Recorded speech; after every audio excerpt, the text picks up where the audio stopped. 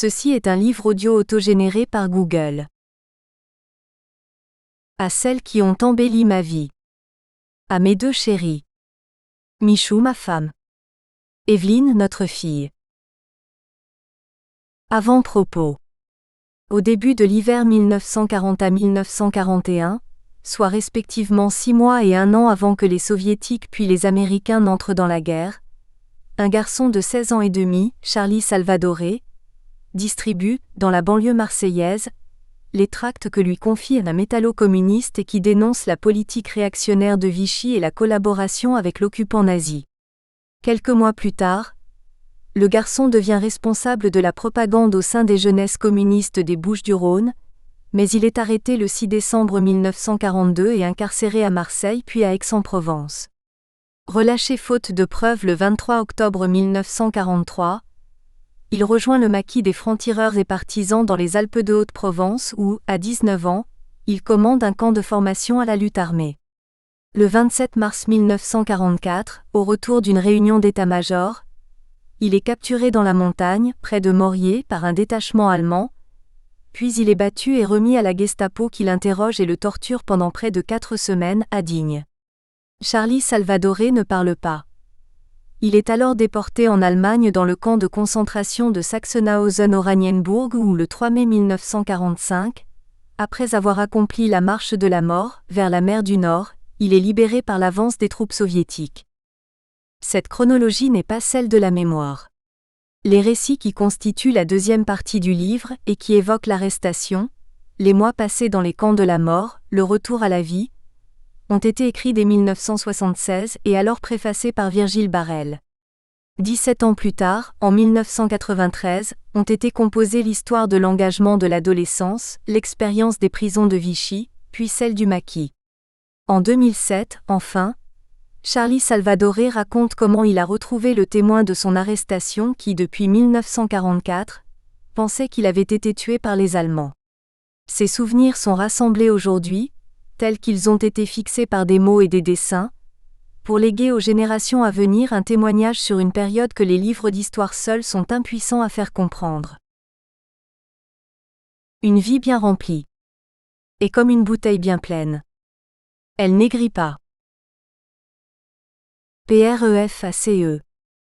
Avec une simplicité admirable et une grande profondeur de sentiments convaincants, le communiste Charlie Salvadore a écrit, 30 ans après les avoir subis, les événements qu'il a vécus sous la torture permanente des nazis. Il s'agit bien de permanence, car tout est souffrance dans ces 3 années de la vie de ce jeune homme de 20 ans. L'arrestation, la Gestapo, les coups, les blessures, les supplices, les mortifications, le travail forcé, la marche exténuante, la faim, la dénutrition, le sommeil, la soif, la non-satisfaction des besoins naturels, le froid, l'humiliation, les heures de la libération, le retour. C'est raconté sobrement, humainement, juste assez de mots pour que l'on sente la cruauté des tortionnaires du régime nazi, leur inspirateur. Tout le long des pages du récit, j'ai souffert avec Charlie et aussi avec ses compagnons de malheur, car s'il parle de lui, Charlie évoque surtout le sort des hommes, ses camarades de combat, de détention, de privation, de douleur physique et morale, le bagne. Charlie ne nous explique pas. Il touche au fond de l'être humain, il éveille sa réflexion, ne crée pas la haine des hommes, mais il crée celle de la monstrueuse conception des crimes pour la sauvegarde des privilèges de la minorité dans une société où aucun sentiment humain n'existe en dehors de l'appât du profit, du vil argent. Quelques éclairs dans le récit nous révèlent l'âme, la pensée sociale de l'être bon qu'est Charlie. Ces éclairs accusent. Ils accusent le régime des monopoles capitalistes. Ils accusent par anticipation un président de la République et sa décision de stopper à jamais la célébration du 8 mai 1945, car le manuscrit a pour titre afin d'éviter l'oubli. Le but est atteint. Tout dépendra de l'audience que ces pages auront. Nous souhaitons qu'elle soit large.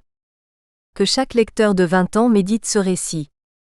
À mon tour, imitant Charlie Salvadore, complétant son livre par de courtes histoires apportant une petite lumière, je veux en relater une. C'était à Cannes, en présence d'Henri Pourtalais, peu de temps avant sa mort. Nous allions procéder à une séance de signature du livre de Charles-Marie Cardon, Max Barrel. Charlie m'offre un tableau, c'est dessiné par lui à la plume, le portrait de Max. Je le trouve beau. Je le lui dis. Et voici que j'ai lu afin d'éviter l'oubli. Cette scène du portrait dans mon esprit a maintenant une toute autre signification. En dessinant Max, Charlie a pensé au héros, au martyr. Y a-t-il dans le trait un reflet de son émotion ? Quant à moi, j'y vois la dure souffrance de Français. Il me semble qu'il y a une communion entre le rescapé du chemin de la mort et le père de celui qui a eu une courte vie et une longue mort. Nice, mars 1976. Virgile Barrel. Doyen de l'Assemblée nationale. Député du chemin de l'honneur. PREMIERE parti, ça commence à 17 ans. L'engagement. 50 ans.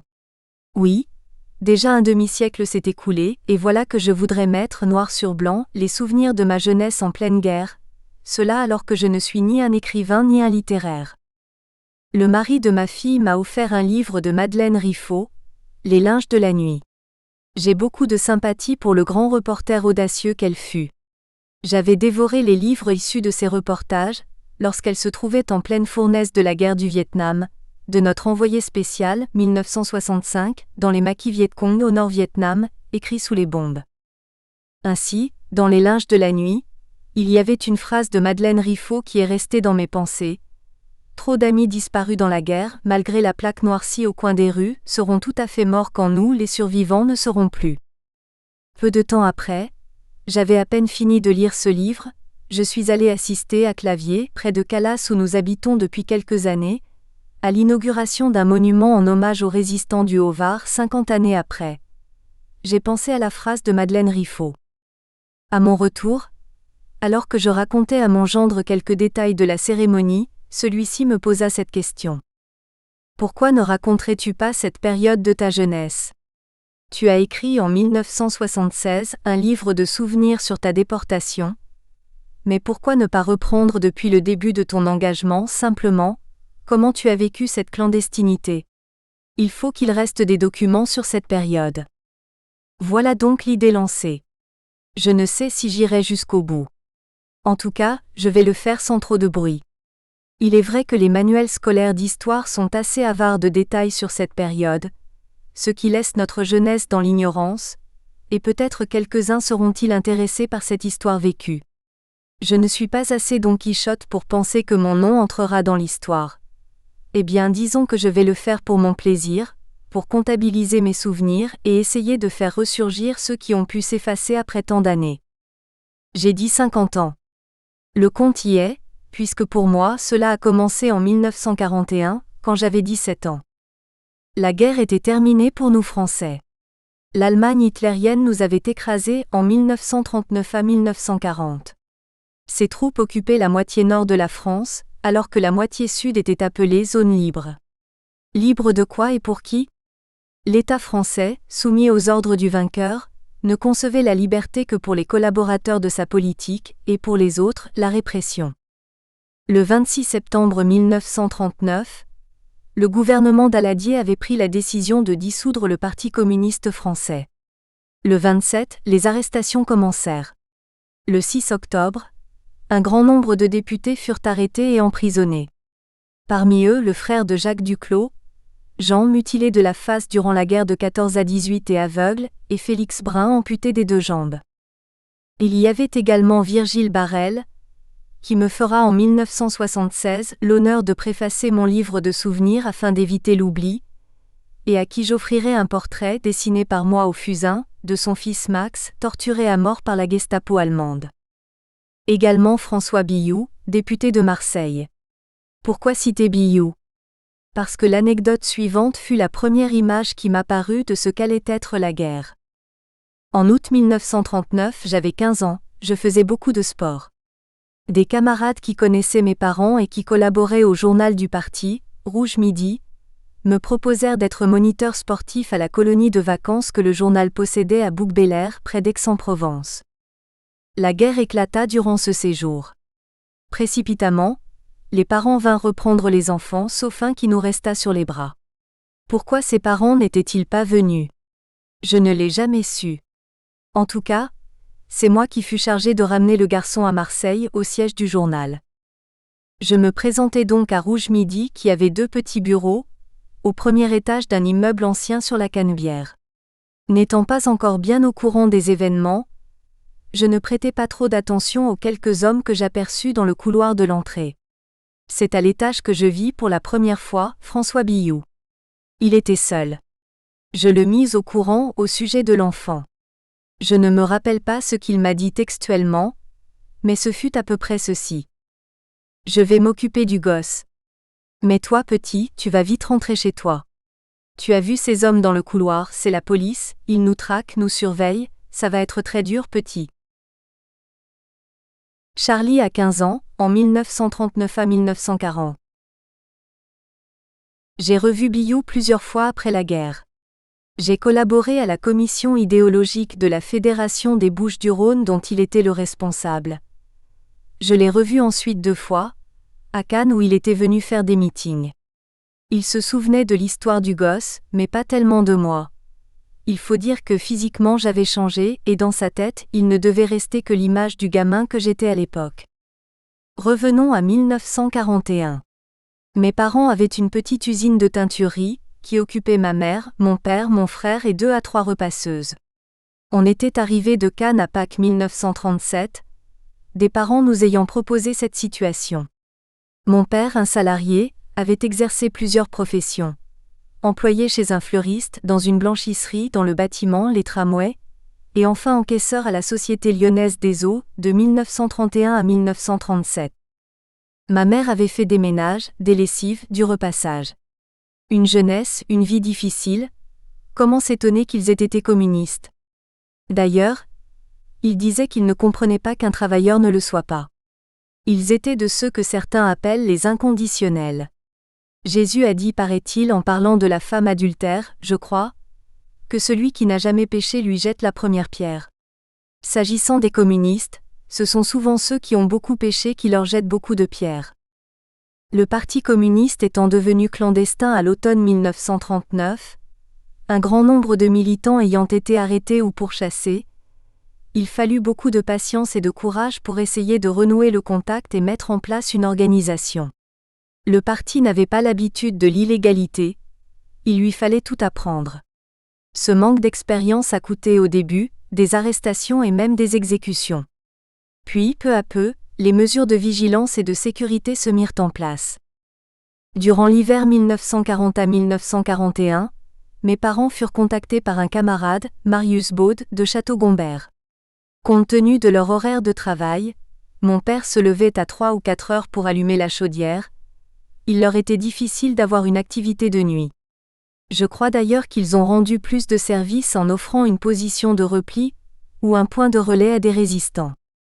C'est ainsi que Jean Robert, qui devait plus tard être à nouveau arrêté puis guillotiné à Nîmes avec Vincent Fayta, évadé du fort Saint-Nicolas où il était emprisonné, s'est dirigé tout de suite en pleine nuit chez mes parents, où il savait trouver un abri, des vêtements et de l'argent. S'il avait été découvert là, c'était l'emprisonnement pour mes parents. Voilà de quelle façon ils se sont engagés, résistants anonymes. Inconditionnels peut-être mais fidèles. Marie et Marius Salvadoré, en 1940 à 1945. Je proposai donc mes services à Baud, et avec mon frère, jusqu'à ce qu'il parte en 1942 au chantier de jeunesse qui remplaçait alors le service militaire, nous allions constituer un trio de base. Dans le trio supérieur, il n'y avait qu'un seul camarade qui connaissait un membre du trio de base et ainsi de suite jusqu'au sommet. C'est ce que l'on appelait le cloisonnement. Notre rôle consistait à distribuer des tracts que nous recevions par un circuit que seul Baud connaissait. La nuit venue, avec mon frère, nous partions à la distribution, Baud se chargeant d'un autre secteur. Lorsque nous faisions l'agglomération, passant devant des façades et des fenêtres éteintes, je pensais que des gens bien au chaud dans leur lit savouraient leur immobilisme et leur attentisme. Certains d'entre eux, les réveillés de la dernière heure, le jour de la libération, brassard tricolore au bras, fusil en bandoulière, se montreraient plus résistants que les vrais résistants. On m'a raconté cela à mon retour des camps de la mort. Nous devinions que le bruit de nos pas, dans le silence de la nuit, devait attirer des regards aux persiennes où filtrait un trait de lumière. Le lendemain, Le contenu des boîtes à lettres ou le papier glissé sous les portes allait conduire les habitants à faire un rapprochement. Aussi nous efforcions-nous de passer les plus inaperçus possibles. Pourtant, le plus angoissant était la tournée dans les campagnes. À cette époque, Château-Gombert comptait de nombreux paysans et maraîchers. Les maisons étaient éloignées les unes des autres. Dans la nuit noire, au milieu des champs, des sentiers, des ruisseaux, il nous fallait trouver notre chemin. Naturellement, il n'était pas question d'allumer une lampe de poche qui nous aurait fait repérer. Combien de fois les chevilles se sont tordues, et les pieds sont tombés dans les flaques d'eau. Et puis surtout, si les chiens nous repéraient, il fallait vite changer de direction, afin que leur aboiement cesse au plus tôt et n'attire pas l'attention. Pourquoi cacher nos illusions de jeunes, notre naïveté ? Je dois dire que pour nous défendre d'une mauvaise rencontre et des chiens, nous avions décidé de nous armer. Mon frère se munissait d'un couteau, une Vendetta corse, et moi j'avais fabriqué une matraque de plomb dans une gaine de cuir. Collection privée de Monsieur Quérol, Studio Quérol, Château-Gombert. Pendant ces tournées, on avait plutôt la gorge serrée. On ne jouait pas au fanfaron, on connaissait les risques. Mais alors direz-vous, puisque personne ne m'avait obligé, pourquoi agir ainsi ? Difficile à expliquer, même à l'heure actuelle, je ne regrette rien. Peut-être tout bêtement parce que je pensais que je devais le faire. Et ce fut sans doute la première attitude de ce qui allait être ma vie. Ne pas subir indifféremment les événements mais y entrer de plein pied et être, pour une partie la plus minime soit-elle, de ceux qui contribuent à faire l'histoire. À 17 ans j'avais autre chose à vivre, j'aurais dû profiter, m'amuser. Peut-être. Tout dépend de la conception que l'on a des choses et des événements. Est-ce que l'âge, d'ailleurs, a vraiment de l'importance dans ce genre de choix ? Les Allemands ne le pensaient pas, eux qui fusillèrent, à Châteaubriand le 22 octobre 1941, Guy Môquet, âgé de 17 ans, avec 27 autres patriotes dont 25 étaient communistes. Vers le milieu de l'année 1942, Baud me fit savoir que j'allais avoir un nouveau contact et me fixa un rendez-vous avec un dénommé Paul. Nous nous retrouvâmes à l'arrêt des trams à Saint-Mitre avec un mot de passe convenu, et que j'ai totalement oublié. Paul m'informa que l'organisation me demandait d'entrer dans la jeunesse communiste clandestine. Il en était responsable pour la région marseillaise. Ainsi, à 18 ans, je me vis, sans tambour ni trompette, muté au trio de la direction des jeunesses où l'on me confia une responsabilité technique. Préparer les stencils pour le tirage des tracts et les faire tirer dans un lieu secret que je devais seul connaître. Je n'avais jamais préparé un stencil.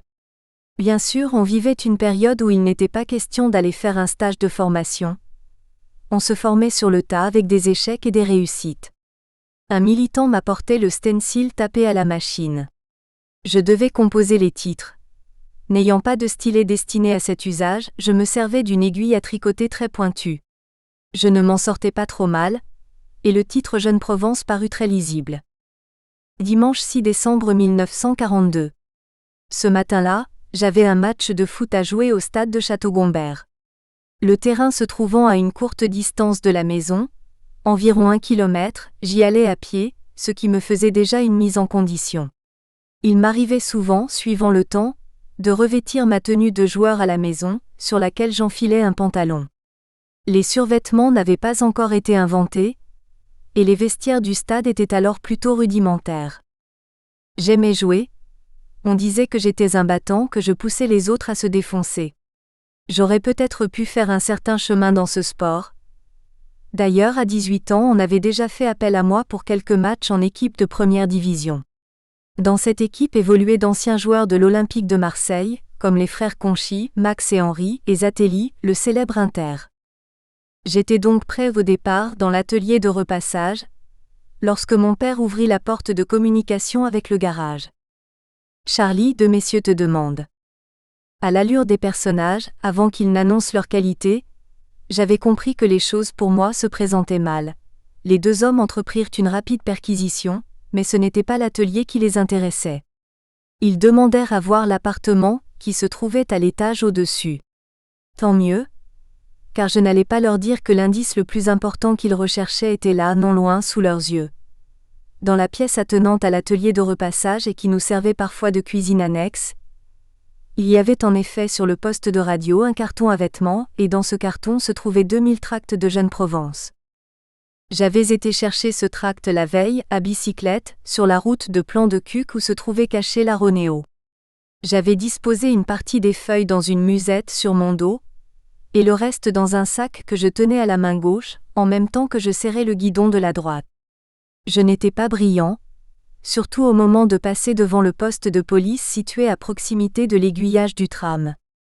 Qu'avait-il de particulier cet aiguillage ? J'avais un vélo de course offert par mes parents lors de ma réussite aux examens d'entrée au collège. Les boyaux des roues, très minces, s'emboîtaient bien dans la rainure du rail. Aussi, lorsqu'on traversait un rail, il fallait le faire de façon à ce que le pneu ne se trouvât pas emprisonné. Or, dans un aiguillage, les rails se croisent et se multiplient. Gare à la chute, cela m'était arrivé une fois à Saint-Jérôme et la roue bloquée, j'avais atterri dans la fontaine. Moi, par terre avec mes 2000 tracts devant les flics, cela aurait peut-être été un beau spectacle, mais de mauvaises conséquences pour moi. De plus, les pavés ne favorisaient pas la stabilité. J'avais quand même franchi l'obstacle. Les policiers s'apprêtaient donc à monter à l'appartement. Mais moi, j'avais dans la poche de mon pantalon un petit carnet où étaient inscrits les rendez-vous concernant mes activités. Ces notes étaient rédigées selon un certain code, et pour cela justement, elles auraient pu éveiller la curiosité. Est-ce que je peux me changer ? Je posais la question, toujours vêtu de ma tenue de joueur. Devant leur approbation, j'ôtai le pantalon, et le jetant sur une table, je dis à ma mère. Maman, en lavant le pantalon, vide bien les poches comme toujours. Je savais que ma mère comprendrait. La perquisition de l'appartement s'effectua surtout dans ma chambre. J'avais une armoire, une petite bibliothèque. Ils commencèrent à prendre les livres, à les feuilleter puis à les jeter au sol. Dites, vous pouvez fouiller si vous voulez, mais attention à ce que vous faites. C'était ma mère, elle n'avait peur de rien. Eh bien, pas croyable, les deux hommes ne jetèrent plus les livres à terre. Mais voilà que d'un livre, un exemplaire tomba. Certainement, un tract que j'avais distribué. Où avez-vous eu ça ? Je l'ai trouvé dans la boîte à lettres. Nous verrons ça, habillez-vous et suivez-nous. Les images restent gravées après tant d'années. Elles sont de celles qu'une encre indélébile imprime dans le cerveau. Je revois ma mère et mon père silencieux, droits, raides, l'un contre l'autre devant le rideau baissé du garage, conscients de la terrible épreuve qu'ils allaient subir, regardant leur petit que l'on poussait dans la traction avant vers un destin inconnu. À ce moment-là, quelles pensées dans leur tête, quelle douleur dans leur cœur ? On ne peut l'imaginer, seuls ceux qui ont vécu de tels moments peuvent en parler. Et des épreuves, je n'avais pas fini d'en faire subir à mes parents. La prison. Boulevard d'Athènes, siège de la police politique. C'est là que je fus amené pour interrogatoire. Je ne me rappelle pas tout ce qui se dit alors. Seulement quelques phrases reviennent à ma mémoire. Je sais que j'avais maintenu ma version du tract trouvé dans la boîte à lettres. Mais cette version allait vite s'écrouler. Les policiers me demandèrent comment je pouvais leur expliquer qu'ils avaient eu mon nom et mon adresse. Effectivement, voilà une question que j'aurais dû me poser dès le début. J'étais vraiment un novice dans ce genre de combat. En réalité, quelque temps auparavant, l'organisation m'avait fait savoir que je devais rencontrer le responsable des cadres. Dès lors que j'avais une mission dirigeante, le parti voulait m'enregistrer. Il fallait que dans une telle bataille il sache sur quels effectifs il pouvait compter. J'allais donc à ce rendez-vous où mon inexpérience allait me rendre service par la suite, après mon arrestation. Lorsque ce camarade me demanda quelle était ma responsabilité, comme je n'avais aucune notion des titres et des grades, je lui indiquai simplement que je faisais de la propagande, alors que je l'ai su après, j'aurais dû dire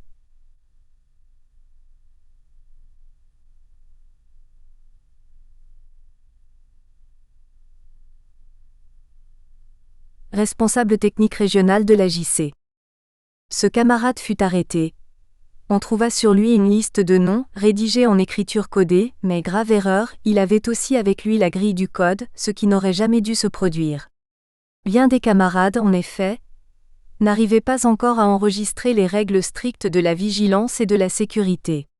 Ainsi, une grande partie de l'organisation fut démantelée. Voilà pourquoi la police avait pu me trouver.